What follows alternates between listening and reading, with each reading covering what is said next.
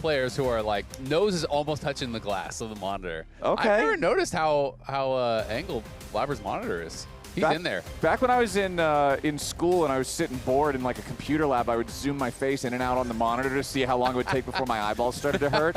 But I don't think that was probably around the same type How of... am I wearing glasses and you're not wearing glasses after that story? It's all good. It doesn't You're matter. like, after I go home, get a magnifying glass with the sun, see how long it takes my eyes to hurt. Just have a staring contest with it, see how long it goes till it burns. All right, well, hey, what I can see right now is that we are in the Champ Select here for the first time today. Yes, It is sir. best of 3, so let's see how this one is going to shake out. C9 have chosen last pick. Disguised have chosen blue side. It's Akali, Poppy, and Ezreal banned out by DSG. C9 getting rid of the Jace, the Ziggs, and the Nocturne for themselves. Yeah, I wouldn't be shocked if, with this Vi coming through, we just see DSG play a dive comp, go towards Kai'Sa. Kai'Sa is becoming very, very meta, and I do feel like it is Sajed's best champ, but that being said, it is not great in the 2v2, so maybe they would be afraid to early pick it, and instead looks like they are going to be going towards Lucian Milio. Okay. And now we get to see what C9 wants to do. Because, of course, we can't have full parity in the draft because we have both junglers and then we have bot lane there for DSG. So does C9 want to try to match one of those roles? Or are they just going to kind of accept it and go top lane? Because you can just go top lane on 3 and then have protection bans as well. And so that's the option. So now, obviously, we're expecting C9 to throw protection bans, probably for top, potentially for mid as well. I feel like Srtty definitely can play some of these, range top laners that could be a little bit difficult for the Gnar. And for DSG, we're expecting them to ban out some of the bot lane duos. And even when Srtty was originally making his climb, I believe it was last year, up to rank 1 by a mile above everybody else, part of that climb is when you're always the highest ranked player on the ladder, you're going to be on red side practically every game. He was a guy who was known to counterpick. He would play range tops. It was part of his ladder climb. It's part of what got him to this point. So I definitely see him as someone who's willing to play those different types of styles. So the Vayne banned away like you're talking about here, keeping that one out of Srtty's hands. Victor banned out by DSG. Considering Ziggs was already banned in the first half, that's 2 of those prominent bot lane mages out of the picture. Exactly. So wanting to keep Tactical off of those for now. Lock is still up and available, so I wouldn't be surprised if that got banned. If you're thinking about other top lane bans, though, we could be thinking about things like the Tristana. We've even seen Corki getting pretty popular and is kind of a multi-role ban, but it is instead going to be Lock. Makes sense. This champion is almost always being banned these days, even with some of the nerfs coming through. Yep, and it was Thanatos last weekend that played that Corki top lane. Had a good performance on it individually. Sadly, took the Realm Warp straight to hell at 200 miles per hour at the end of the game that sealed their fate. His only fault was too much faith in the team. Yup, you know? Sometimes you got to say, no, you are my friend, but I don't trust you right now. Hanging out with Raz teaches one that. It does, Yeah, exactly. That's what it all comes down to. We've got the Xayah as that final ban here in the draft from DSG, though, as C9. We've still got to see what they want for this bottom lane 2v2 against Lucian and Milio, and it'll be Cassio bottom, Yeah, of course, there is a slight possibility that you could do something weird with Orianna going bot, but it's pretty much only going to be Cassio being played bot out of these champs these days, so that is definitely the expectation. Olaf going to be insta-slam down, which is quite nice when you're thinking about, pretty CC-reliant champions, Petrifying Gaze, the Gnar CC, the Shockwave, and if Nautilus comes through, Nautilus can be ignored as well. That being said, you can spend the Cataclysm, just lock that guy in there and force him to flash. Put him in jail. Yeah. Exactly, and it's like, sometimes people will play that style. If the Olaf gets fed enough, that kind of becomes your job as Jarvan is. You just ult this guy and then you flag and drag out and you make him spend his flash or he loses his ult, right? Yep. And so that is kind of that line that you are going to be walking. Srtty going to be, of course, playing that top because we already have the Vi. So Srtty does find his answer. And it'll be interesting to see how this works out. We've seen Olaf obviously come out, more lately. It was even being played some at MSI into champions like Jace. And so I'm curious to see how he can perform here against Thanatos on the Gnar. That is absolute comfort. And I do feel like it can get difficult. Once Thanatos even just gets towards early steel caps, which we're expecting him to rush, it's tough because this is a champion that is pretty evasive, has a lot of move speed with the hyper proc, and even more if he is going to be playing fleet. And Olaf needs to get on you to be able to actually force something. Of course, you can look for multi-man plays with Vi coming in. If you catch him in mini, Vi ult comes in, Ragnarok gets popped, you are probably cooked. So we're going to have to see how the two teams can play around that. Yep, that's what I'm thinking. That jungler involvement could be huge, but also, whenever I see a bottom lane that has Lucian, Milio, I see a lane that wants to play for that early dominance. You manage to take control of the bot lane early, put pressure on the enemy turret, and then as soon as you get to the mid game, once Lucian has one fully completed item, you just become that absolute point of pressure in mid lane. So KryRa's also going to be incentivized to visit there. I'll be very curious to track throughout this early game, specifically where KryRa decides to invest his time and resources, since both side lanes would certainly like the attention. But I also really like this Vi Galio 1-2 punch. Vi ults in. As soon as you see the line drawn from his ulti onto the target, Galio knows you'll be able to time the heroic entrance to slam down right on top of the target after the Vi ult has ended. So you've got that nice setup to make it so Olaf can at least start to run towards those targets and apply that pressure in the big fights. No, it's absolutely true. And a lot of times when you have Cassio, you're talking about, wow, it's really hard to follow up onto Cassio. You know, if you try to play a dive comp into Cassio, oh, there's Miasma, and there's Petrifying Gaze, and there's all these tools, but Vi presses R, unstoppable. Galio is ulting in from half a map away, and Olaf presses R as well. So good luck. You're going to have to, you know, just be able to actually kind of live through it straight up.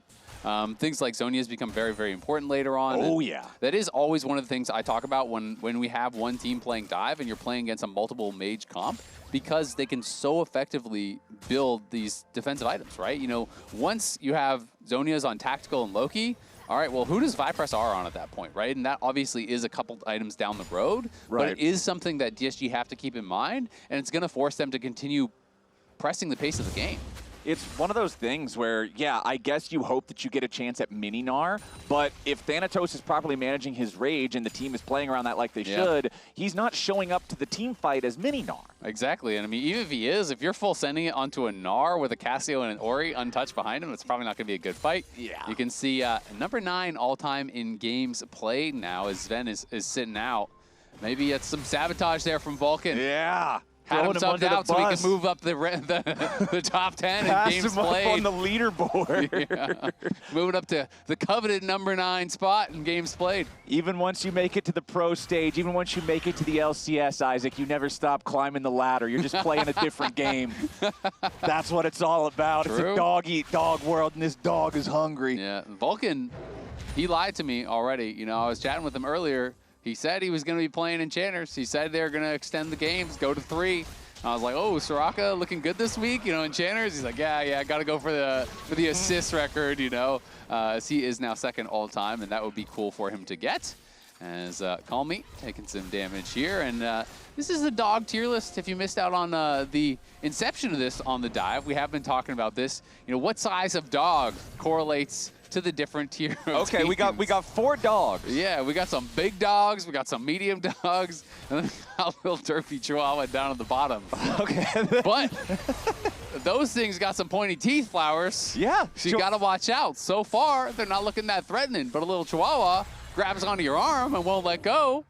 Yeah. All of a sudden, not so funny. All of a sudden, you're not having a great time. We'll see if Disguised Bite can be bigger than their bark. Outweigh their bark, Yeah. exactly. Because right now, the little Chihuahua bark has not been too scary in the opening couple of weeks. Disguised at 0-2. C9, one of the teams, they're not the big woo-woo-woo dog, but they can still bark pretty well. And they're trying to be. Yeah, they chase the, instead of the ice cream truck going down the road, it's a realm warp that they'll start running at sometimes. You don't want that. You need the dog to come back to the yard. Yeah. But the coach has got to keep them chained up sometimes. Yeah, you know? you got to put your dog on a leash, please. Yeah. All right, Disguised versus Ridiculous. C9, though, a pretty uneventful early game here in the first 4 minutes. You can see both junglers just having pretty similar clear paths. One crab for one crab. No particular lane dominance in any specific matchup for either one of the teams. I am excited to see where these junglers decide to start getting involved in. I already talked earlier about how I think both side lanes for Disguised would love the extra attention, but in a competition of Vi versus Jarvan, both of these are super capable early gankers as well as having big level 6 power spikes. Yeah, no, it's absolutely true. I mean, they can have a huge effect on these lanes. And Thanatos is actually going Swifties, so it makes a lot of sense here, you know, when you are thinking about it being so dependent upon just being able to actually kite out this Olaf when he's looking for the all-ins. But we got a question to ask. What year is it? Because Dardoch versus Armeo is tomorrow in the LCS. This is a crazy throwback for some of the old school LCS fans. It is wild to see Dardoch coming in with, I think think a lot of hope because he's been doing really well in Tier 2. Yeah, that could be a very, very spicy matchup tomorrow for Dignitas going up against Lion with the new jungler. But right now, this game has been anything but spice. Just very calm, collected play early on. Nobody doing anything wacky, trying to find themselves an extra early edge. The first Drake is spawned, and since it's a Chem Drake, that's generally going to lower the priority on it because nobody really finds the bonuses from that particular Chihuahua Dragon. Yeah, he's a Chihuahua Drake. That's a good way to put it. A green Chihuahua Drake. He needs to go to the veterinarian. He's not doing very well. He's got a disease. No one really wants to get over there. Yeah, he needs a little bit of help. Threatening, but you might get rabies. Yeah, that's a problem. No, we don't want that. We certainly don't need our junglers catching rabies from the Chihuahua Kimtech Dragon. But we've got almost level, well, we do have the level 6s available for our solo lanes, but level 5 just now being crested in the bottom side as Vulcan and Tactical are going to rotate over to Blaber here, taking this first Drake. Callme and KryRa are in the area, but as Loki rotates down, throws out the ball, flash forced by the dredge line of the Vulcan, but Callme's coming in, going for the taunt flash. It's Vulcan getting locked up first as Blaber re-enters the fight. First blood back over to Tactical as C9 are out fighting him. Tactical exhausted though, Sajed looking for a little bit more opportunity to free fire. Vulcan down to 150 HP. Blaber's going to drop, but so will KryRa. Junglers traded 1 for 1. C9 2 for 1 overall. Sajed going back in, looking to find the kill on Tactical, but he won't quite get it. Sajed dies, but so does Loki. It's another 1 for 1 trade as Vulcan goes back in after Lyonz, who's trying to find the kill on a Tactical, and Lyonz gets it. Vulcan goes in for the flash auto attack, won't quite get enough damage, but he burns down to Tactical. It is 7 dead bodies in the river. It's like a mob movie, Isaac. What a bloodbath. God, man. And I got to give a lot of credit to Sajed because I thought that fight was going to go horrible for DSG. When we see Callme flashing in there in the Pagoda moment, I did not think this was going to work out. The early flash forced there by Vulcan, and then Callme says, you know what?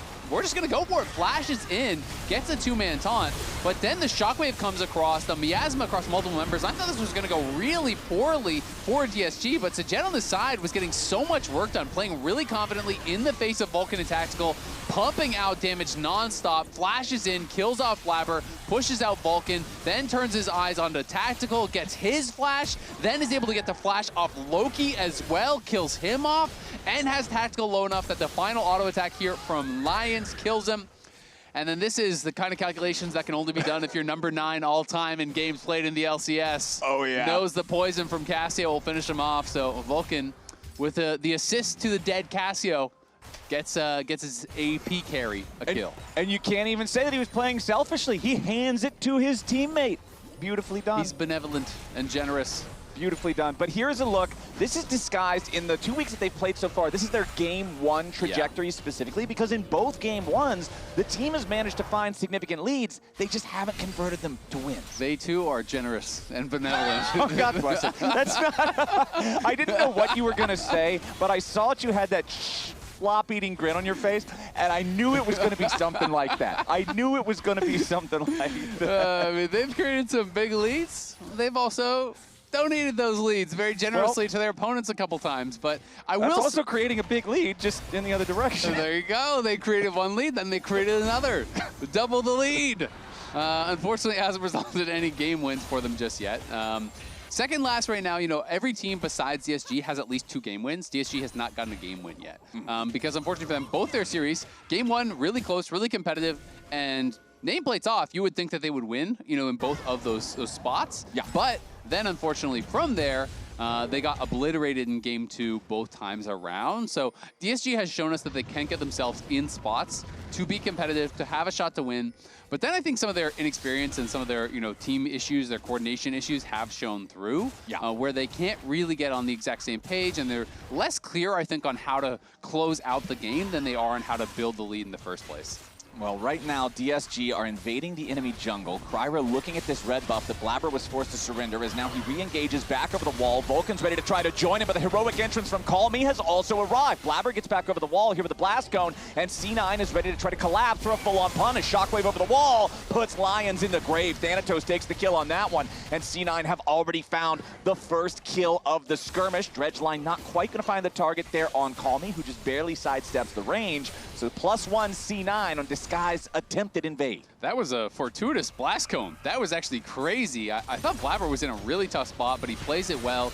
uses the Cataclysm to get out of that heroic entrance as the Galio's coming in, then is able to blast cone back over the wall to safety, re-engage back in off the shockwave there from Loki, and C9 are able to win out in this. And it all starts off of this invade here. So it goes in KryRa, but of course they are expecting this. Galio comes in. There's the Cataclysm to the side, which was really, really nice. And then that blast cone from Vulcan gets him out to safety and Blaber out to safety at the same time.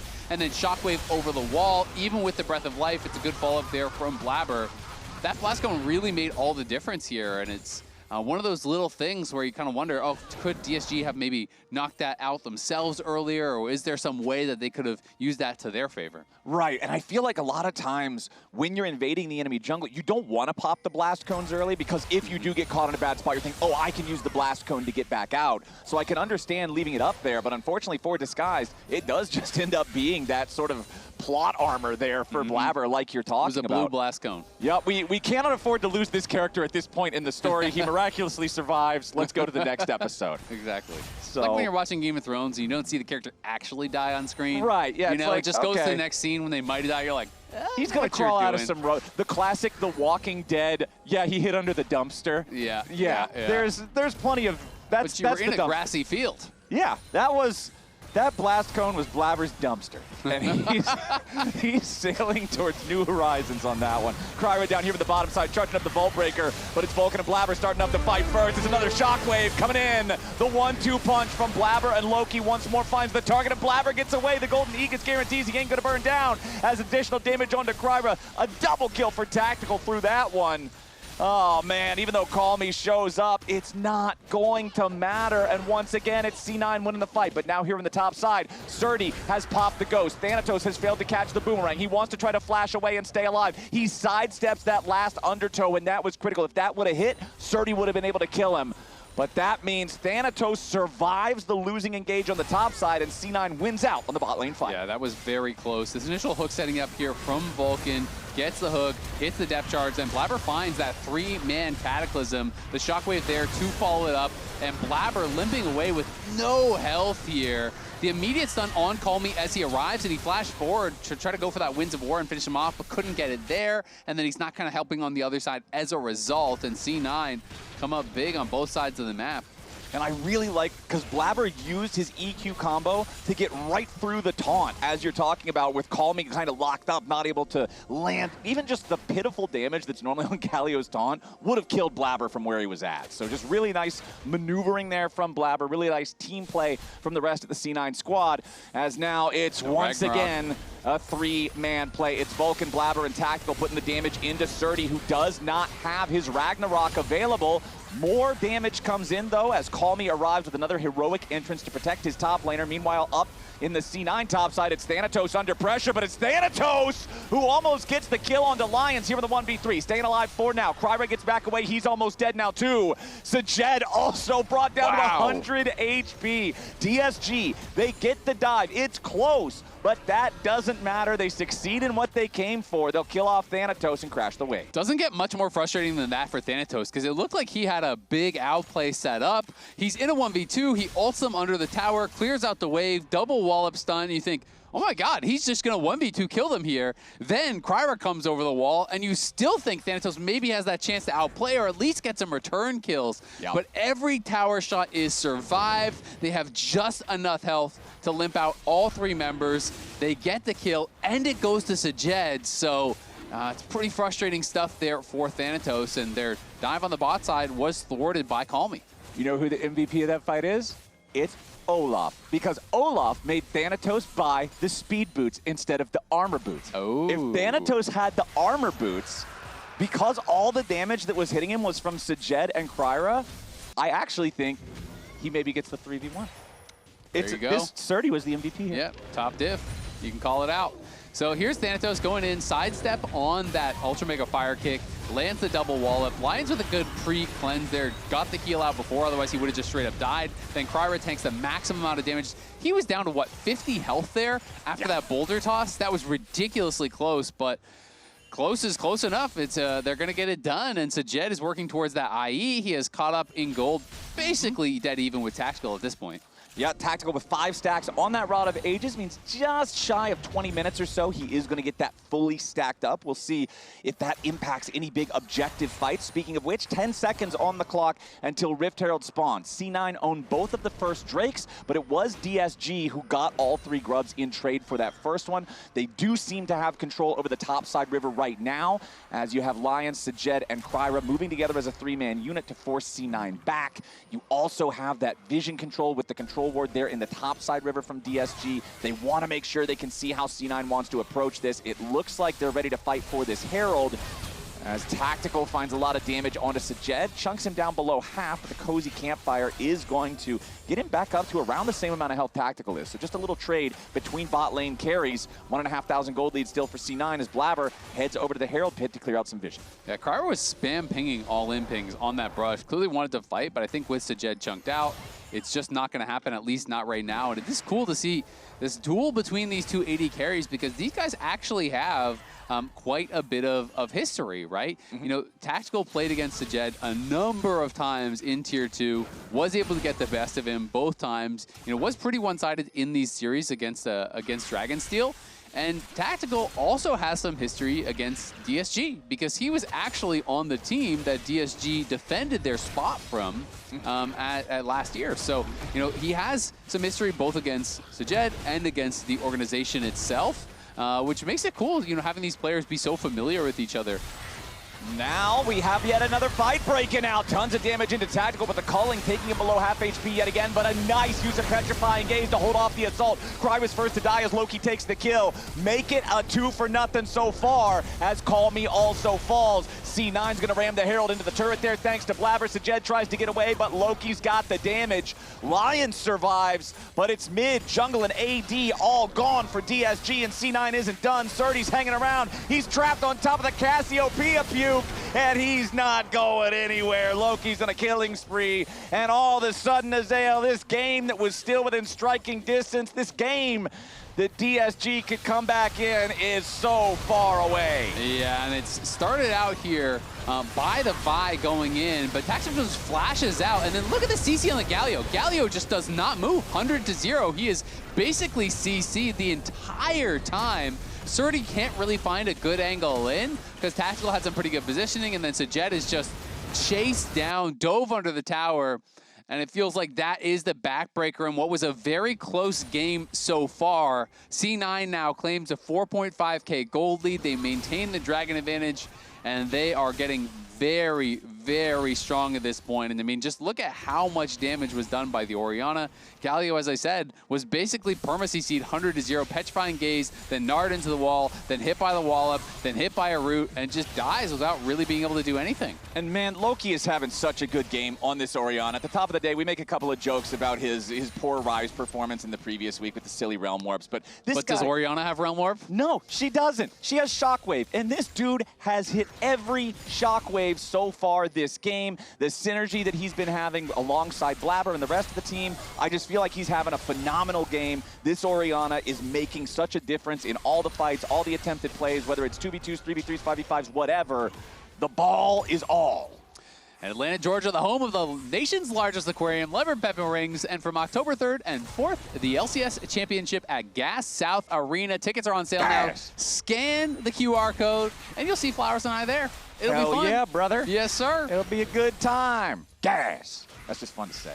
All right, C9 though, they are stepping on the gas in this one because 20 seconds are left on the clock until the next Drake spawns. Like I said before the Herald, they already have the first 2, so this is sole point. Obviously, DSG have 1 more to surrender, and it's a tough call to make because it's 5,000 gold. I feel like you practically have to let this one go, but then you're staring down the barrel of a mandatory team fight every 5 minutes for the rest of the game. Also, how much gold is Sajed sitting on? He's had the exact same items forever. We were just talking about this a while ago. I guess he's on quite a bit of gold, but I guess must not have IE gold. I'm actually shocked they're going to fight this without him having 2 items, because I think this is a very weak spot in the game for them right now. All right, they've already begun it. The Dragon's down to half HP. Thanatos has no Gnar bar. C9 going to put some damage into Callme here at the very start. Sajed already using the culling to not great effect. Srtty wants to jump in, put a little bit more DPS into Vulcan's health bar, but he won't find any kills. Srtty's already dead. KryRa trying to pressure Tactical here in the back, but KryRa exhausted will have no way out. Loki on a rampage.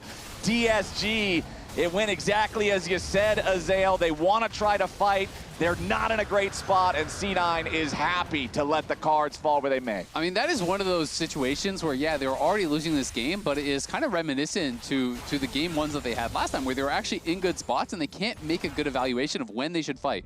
Just look at the item completions. Blaber versus KryRa, 2 items to 1, just finished his Black Cleaver. Loki just finished his second item with the Rocket Belt. Tactical just finished the upgraded Archangels and had a fully stacked Roa. And then on the other side, not one of those people has 2 items. And then after you've lost the fight, Sajed buys an IE and a double longsword, right? It's like, when you're behind, you want to fight on 2 before they're on 3 items. That's where your chance is, and I feel like that was kind of a hopeless look. And right now, it looks like Callme is also feeling pretty hopeless here in this 1v3. Blaber engages it to start it off. Easy enough for Vulcan and Thanatos to finish the kill. They even give the money over to the Gnar in the side lane. Tactical, staying alive here as Sajed and Lyonz try to put the pressure on him, but he's already full stacked on Roa. He's already got his Seraph's Embrace. He's got Loki behind him to finish the kill onto Sajed. It's just all a matter of details at this point. C9's got the game all locked up with an 8,000 gold lead and Dragon Soul point status. Thanatos gonna pick up the tier 1 turret. Half of DSG is looking at the game through a black and white filter, so C9 might as well take a 20-minute bear. Yes, sir, and after that last fight, we didn't even get to talk about it because C9 just went on the map and killed him again. Double Seekers was purchased up by C9 after that. So that is kind of the countdown, and clock has struck midnight, and I think the Cinderella story is over for game 1. DSG not going to really be able to find much of anything now, down 8,000 gold with the luxury items completed. But I just really, really cannot help but wish they waited until the 4th Dragon. Just give that one up. And I think by the 4th Dragon, they will be on 2 items, but C9, if you're not fighting them, will not be on 3. And then you have a reasonable chance. Yes, you are still behind, but it's 2 items and pieces versus 2 items, instead of going in on white item versus 2 completed items that all the C9 members just had finished. And now we've got the Seeker's Arm Guard never even needed to be fully used for Loki. That is now all the way upgraded into Azonia's Hourglass, so that's pretty problematic. 8-1 and 6 here on the Orianna. KryRa even tries to get away with a blast code, is pulled right back and has to use the flash just to survive. It's 16-4. DSG knows they need a Cloud9 error. They need a massive issue from C9 in terms of execution to even have a chance in one of these upcoming fights. The double Seekers, like you're talking about, it's literally the point you made at the start of the game. Yeah, it's a long way away, but once they get there, who do Disguised even go on? Well, that long way away is now reality, and Disguised are having to buckle up, because this one is heading for the ditch real quick. Vulcan goes in, immediately Srtty's gonna lose 80% of his health bar. Callme might lose even more. Stunned up here, Mega Gnar back into the wall, and the Galio is gone. C9, they find 1 kill. They nearly get the second with Srtty forced all the way back into the fountain. That is now an Olaf having to heal up, and with no ultimate, Srtty can't really participate in the fights. Recalls being channeled now from the C9 side, but it is just their 2 solo laners who will immediately rejoin the rest of the squad and go for the game-ending push right here. Vulcan at half HP goes in for the dredge line. Beautiful petrifying gaze, ready to follow it up. KryRa is already dead, and DSG can't do anything about the C9 push. Everybody on Cloud9 still alive. This one could have been an email, but Cloud9 are just slamming Disguised in the first game. 21 kills in 23 minutes. 23-minute end in this season is crazy. That is such a stomp from a game that was actually pretty even for, what, 10, 15 minutes? Yeah. And for it to be over by 23 is crazy. 21 kills, 23 minutes. Cloud9 devastate them. Lounge, what do you got?